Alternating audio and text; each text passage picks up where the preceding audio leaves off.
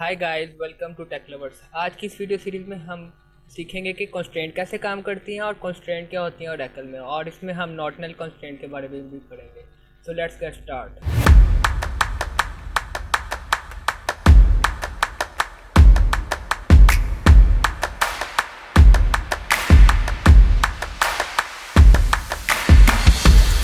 What is constraint in Oracle? Constraint are set of rules that are applied on a table or a column of a table. Constraint एक set होता है rules का जो apply होता है table पर और कॉलम पर। Constraint can be enabled, disabled and dropped. Constraint कभी भी हम अनेबल कर सकते हैं, कभी भी डिसेबल कर सकते हैं और कभी भी ड्रॉप कर सकते हैं। Constraint can be column and table level. Constraint column level पे भी और टेबल लेवल पे भी यूज होती है।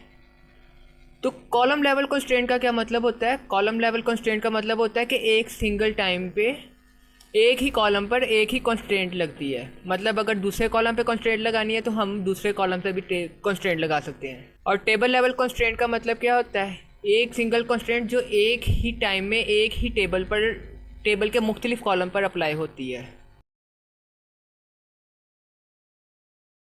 Types of constraint. हमारे पास यहाँ पे 5 टाइप की कंस्ट्रेंट होती है।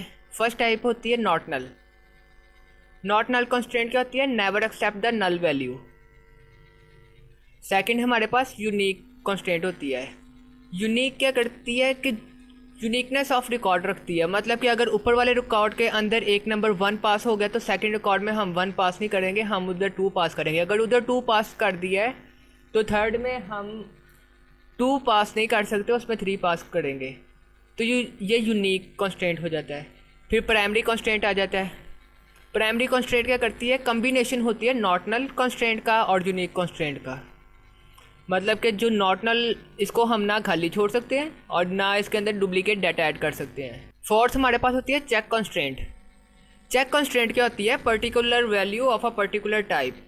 मतलब एक ही तरह की वैल्यू जो हम चाहते हैं सिर्फ वही वैल्यू उसी कॉलम के अंदर एंटर होगी। मतलब एक कॉलम है, उसके अंदर मैंने वैल्यू सेट की है फीमेल और मेल।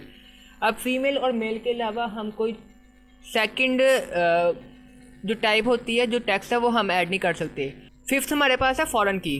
फॉरेन की क्या करती है? रेफरेंस बनाती है दूसरे टेबल्स के साथ, और ये चाइल्ड भी बनाती है दूसरे टेबल के साथ। जैसे प्राइमरी का चाइल्ड बना दिया किसी और, उसके साथ रेफ़र कर दिया फॉरेन की को, तो ये प्राइमरी का चाइल्ड बन जाता है। और एक ही पेरेंट के कई चाइल्ड होते हैं। और ये रेफरेंस क्या होता है?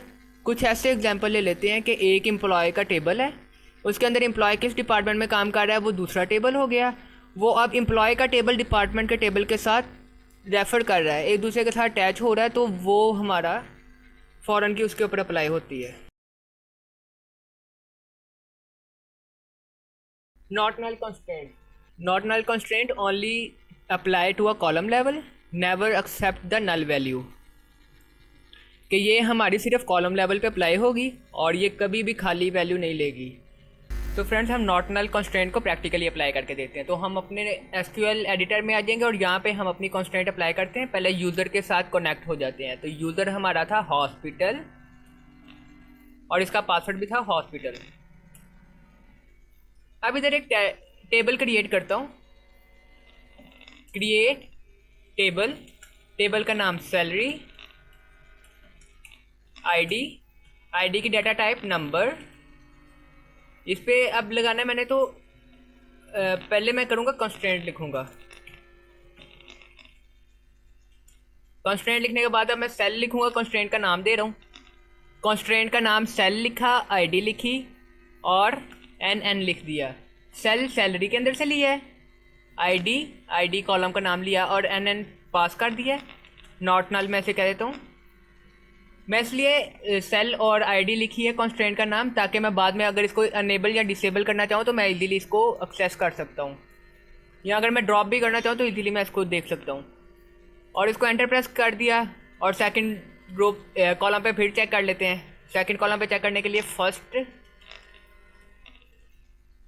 नेम और इसकी डाटा टाइप वारचार 2, इसकी लेंथ 20 ले लेते हैं और इस पर नॉट नल अप्लाई कर देते हैं। मैं इस पर डायरेक्टली अप्लाई कर रहा हूँ, हम डायरेक्टली भी अप्लाई कर सकते हैं और इसको नाम भी कंस्ट्रेंट का दे सकते हैं।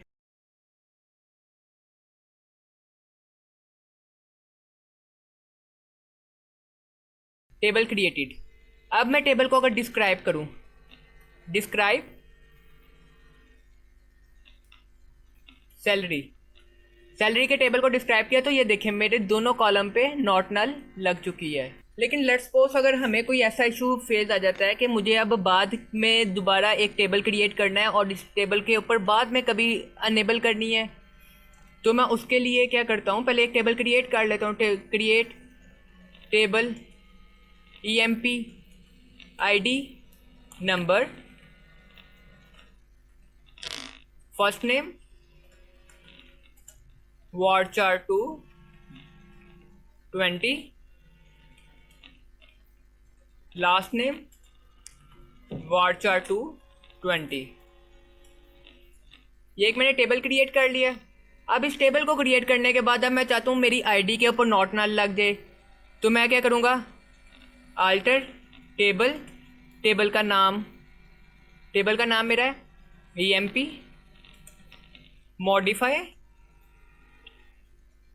मॉडिफाई करने के बाद अब मैं किस कॉलम पे लगाना चाह रहा हूँ, मैं आईडी के नंबर पे लगाना चाह रहा हूँ और इसकी डाटा टाइप मेरे पास है नंबर। और इस पे क्या करना चाह रहा हूँ, कॉन्स्ट्रेंट अप्लाई करना चाह रहा हूँ। कॉन्स्ट्रेंट अप्लाई करने के लिए मैं अब दोबारा कॉलम का नाम ले लेता हूँ। कॉलम का नाम ले लिया, मेरा टेबल है emp का और इसके मैं आईडी के ऊपर पास कर रहा हूँ नॉट नल की कॉन्स्ट्रेंट, तो नॉट नल। अब मेरे ये टेबल के ऊपर कॉन्स्टेंट लग गई।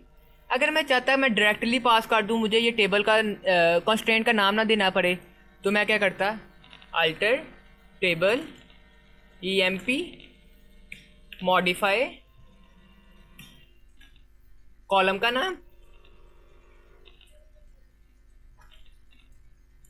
इसकी डाटा टाइप लेंथ 20 और इस पर नॉट नल डायरेक्टली अप्लाई कर दूंगा।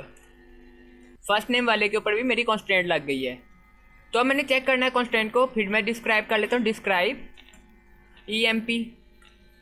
तो ये देखिए फ्रेंड्स, मेरी आईडी वाले के ऊपर भी नॉट नल लग गई और फर्स्ट नेम वाले के ऊपर भी लग गई। लेट्स सपोज अगर मुझे अब लास्ट नेम वाले के ऊपर भी नॉट नल की कॉन्स्टेंट लगानी है, तो क्या कमांड होगी, alter table emp modify last name varchar2 20,